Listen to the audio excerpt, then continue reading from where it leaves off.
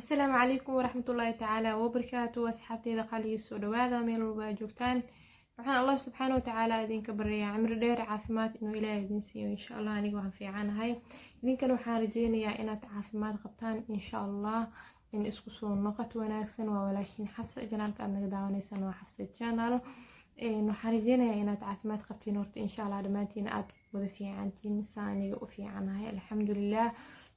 waa maqnaa muddo dheer camal adiga ilaa 2-3 maalin camal ka maqnaa youtube-ka 4 maalin camal aada ugu xumahay mashquul jira aawiisa waxaan ku mashquulsanaa muuqaalada aan soo duubi doono insha Allah mashquul kale iska jira taleefankii tuug ii qaatay maxaan lahaa marka arrimo kale iska mashquulsanaa ma jecli ani laptop inta badan inaan ka isticmaalo maxaa la waa mashquul badanahay isticmaalka laptopkan yani mar walba waxaa loo baahan in la furo insha Allah anyway waa isku soo noqonay aad ugu faraxsanahay runtii soo noqoshada aan isku soo noqonay balse waxaan wadaa barnaamijyo qurux badan aan horeba niga balan qaaday inaan soo jeedin doono barnaamijyo oo aad ka wada heli doontiin insha Allah maanta waxaan rabaa inaan ka hadlo أهمية التعاون مهمة إلهي إسعاونته أهمية التعاون مهمة إلهي إسعاونته يعني إن إسعاويه يعني قف ولا لك أتعاوسيت أم بقف كلا أو واحد نسكوهين أم بعد كل مهمة إلهي إسعاونته يعني كارل دونا إلا أدي وحكارل دونا شن قضب عمل شن قضب عملها كهذا دونا قضب كواد وحاواي التعاون على البر لا على الإثم يعني إن لسكو عابيو برية يعني وناقة وحا وناكسن إن لسكو عابيو وحا وناكسن أو قروح البضن إن لسكو عابيو إن لسكو عابنين وحيابها الدنبية أم بحمانتا أم بقى وناكسنين إن لسكو عابنين tusaale ahaan qofka walaalkaaga ah oo wax wanaagsan ka hadlaayo dadka wax u faa'iideynayo maxaa la dhahaa wax wanaagsan adi xataa nafsadaada wax walba wanaagsan ka hadlaayo qofkaas camal waxaa loo baahan in la caawiyo maxaa ku caawinaysaa inaad taageertid qofkaas oo aad dhiirigelisid aad hadid maasha Allah wax fiican aad ka hadlaysaa hore u soco yani dhiirigelin inaad siisid qofkaas إما dhiirgelin aad siisid aad sabudgareysid aad taageertid wuxuu noqonayaa qof hor u socod ah oo wanaagiisana soo kordhaya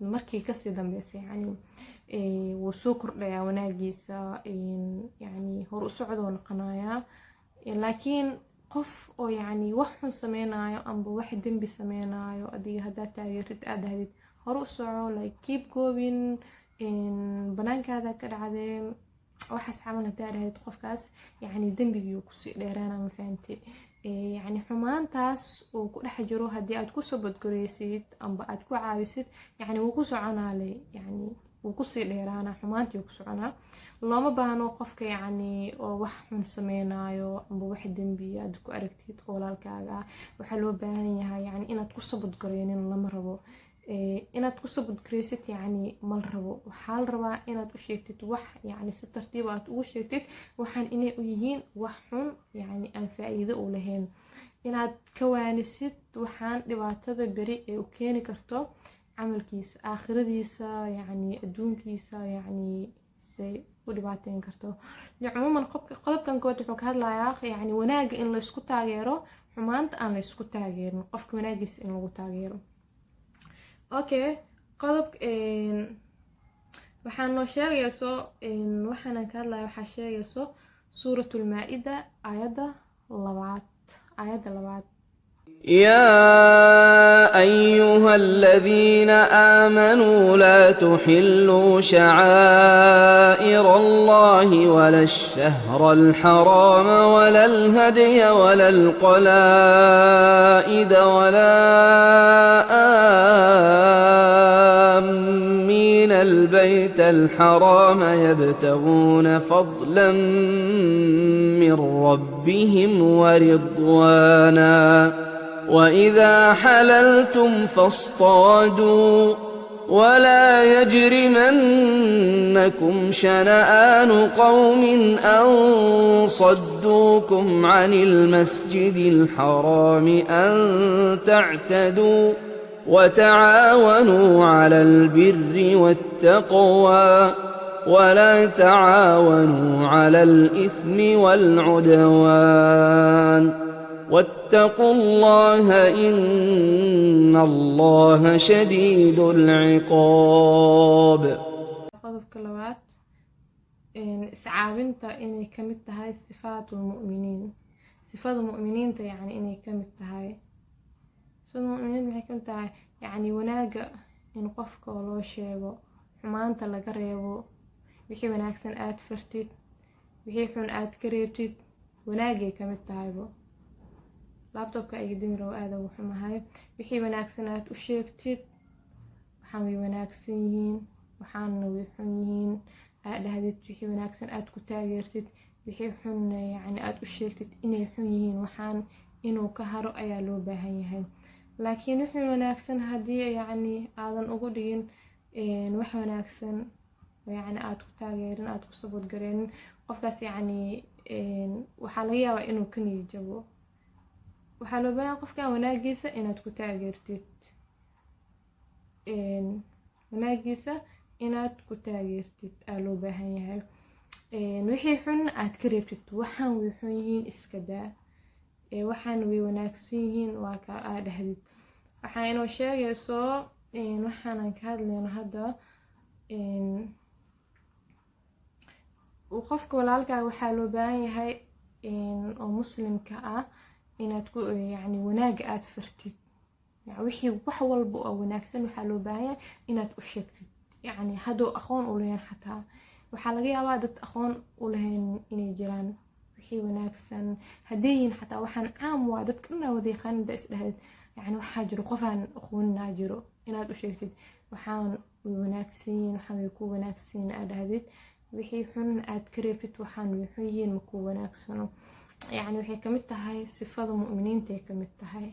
iscaabinta waxay ka mid tahay sifada mu'miniinta inaad ku caawisid walaalkaaga wixii wanaagsan wixii xun aad ka waanisid.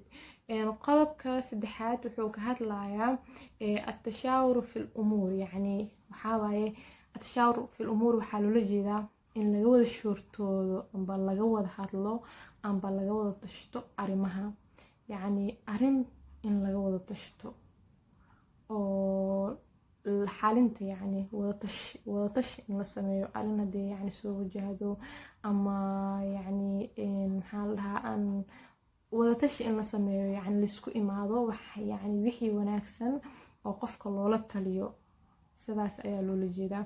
okay, qodobka afaraad wuxuu sheegayaa addunyaa daaru balaa-un faman yaqtanimha, yani adduunyadan waa daar balaaye ah ilaa qofkii ka faa'iideysta maahan. adduunyadan aad u jeegdid, adduunyadan aad arkaysid aad ku nooshahay ee buugeeda adigoo gacantaada ku jira, waa buug caddaan ah adig gacanta lagaa saaray. buugaas waa buug maran oo caddaan ah aan waxba ku qornayn. waxaa loo baahan yahay inaad adiga wixii wanaagsan aad u adeegsatid. maanta buugaas caddaankaee lagu dhiibay haddaad ku qoratid wax xumaan, beri waxaad leedahay xumaantaasaa leedahay.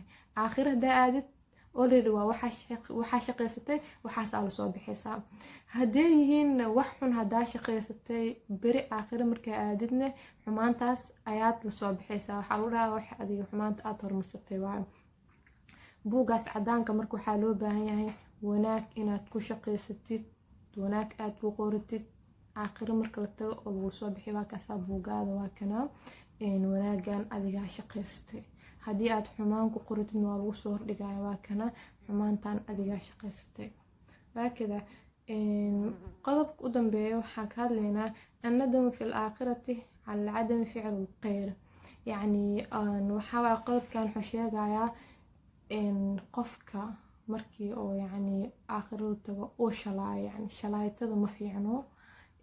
markii oo yani adduunkan oo ka tago aakhiro ogaada adduunkan intuu ku nool yahay hadduu shaqaysan waayo wax wanaagsan, hadduu shaqaysan waayo yani qofkii wax loo sheego uu qaadan waayo xumaanle uu ku dhex jiro, shalaaya u dambeeyo qofkaas. shalaaya u dambe wuxuu dhahayaa maalinka la xisaabtami doono maalinka yawmul qiyaamo wuu shalaynaya alla adduunka yaa hadda ii celiyo yaa mar lee fursad isiiyaa ii celiyo si aan wanaag usoo shaqaysto.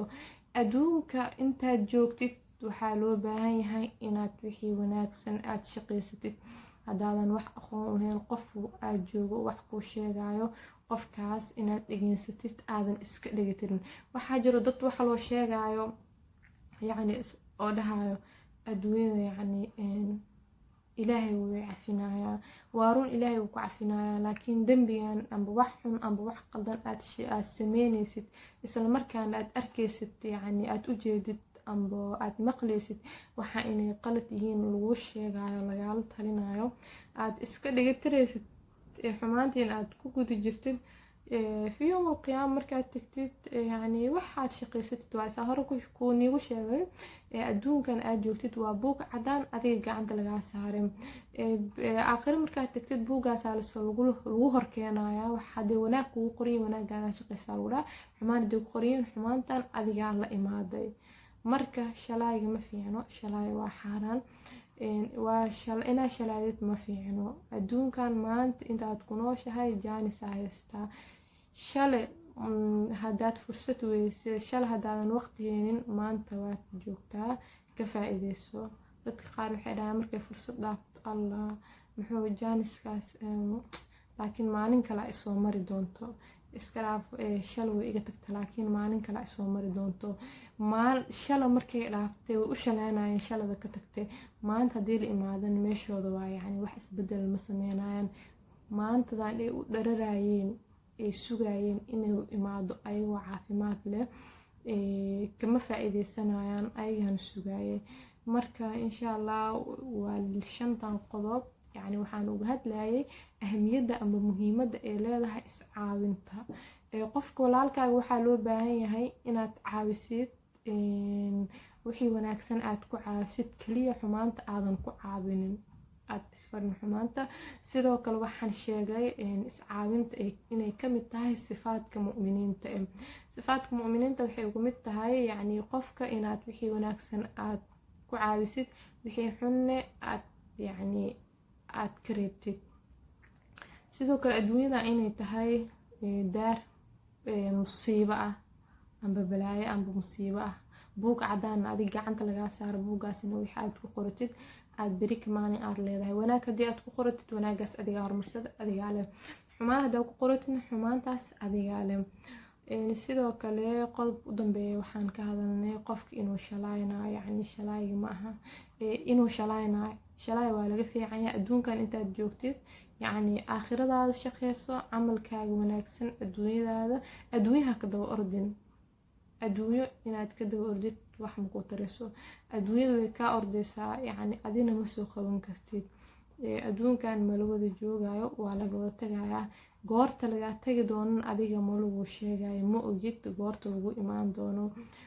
sidaa daraadeeda walaashayda qaaliga amba walaalkayga qaaliga aho intaad nooshahay aad jaanis haystid ka faa'iideyso oo waqtigaaga qaaliga ah wax wanaagsan shaqeyso, wax camalkaaga aakhiro u wanaagsan, adduunkaaga iyo aakhiradaada u wanaagsan shaqeyso. buugan cadaanka ee adiga gacanta lagu geliyay ku qoro wax wanaagsan sida beri ka maalin lagu horkeeno oo aad marka lagu soo hordhigo wanaagan adiga shaqeysta lagu dhaho. insha allah taasina waxay ahayd ahmiyada tacaawun, muhiimada ay leedahay iscaawinta. insha allah walaalay qaaliga intaasna wuxuu ahaa halkaas aan ugu gudgaleynaa ugu sii bixinaa barnaamijkeena maanta. barnaamijyo kale oo ka xiisa badanna waan soo wadaa insha allah. waan idinka raali gelinayaa maalmahan aan maqnaa, mashquul jira awgiisa ayaan u maqnaa. insha allah waqti walba inay tahay iyo saacad walba inay tahaybo waxaan idin leeyahay fiid wanaagsan insha allah. fadlan channelka haddaad ku cusub tahay subscribe saar, haddii aad horena la joogtay waaba sida rabay like saar, la wadaag asxaabtaada. nabiga sallallahu calayhi wasallam wuxuu dhahay waxaad naftaada la jeceshahay la jeclaa walaalkaaga. aniga waxaan ahay Xafsa, halka aad naga daawaneysaan waa Xafsa Janaal. asalaamu calaykum waraxmatullaahi tacaala wabarakaatuh.